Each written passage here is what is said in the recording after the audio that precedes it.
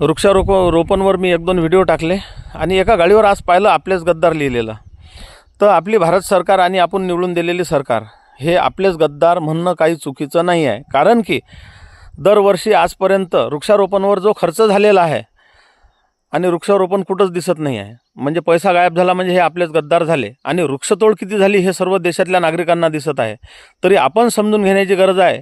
भारत सरकार आणि निवडलेली सरकार हे विषय घेत नाही. हालाकी हे गद्दार म्हणून याच्यासाठी म्हणा लागते कारण की हे देशातलेच नागरिक आहेत, पण याची समजायची मानसिकता नाही आहे.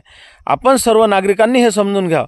आपल्या खिशातले पैसे माहीत आहे, बँकेतले माहीत आहे, घरातले माहीत आहे, प्रॉपर्टी माहीत आहे, आपलं हे सगळं आपल्याला माहीत आहे. पण आजच्या तारखेत ऑक्सिजन किती प्रमाणात आहे वातावरणात माहीत आहे का? आपल्याला श्वास घेऊन राहिलो होतं. मागच्या वर्षी या तारखेला किती होतं माहीत आहे का? त्याच्या अगोदरच्या वर्षी किती होतं हे माहीत आहे का? तर हे दोघंही गद्दार आहेत. हा विषय घेणार नाही. आपण समजून घ्यावं. आपण वृक्ष लागवड करावं ही सर्वांना विनंती आहे. धन्यवाद.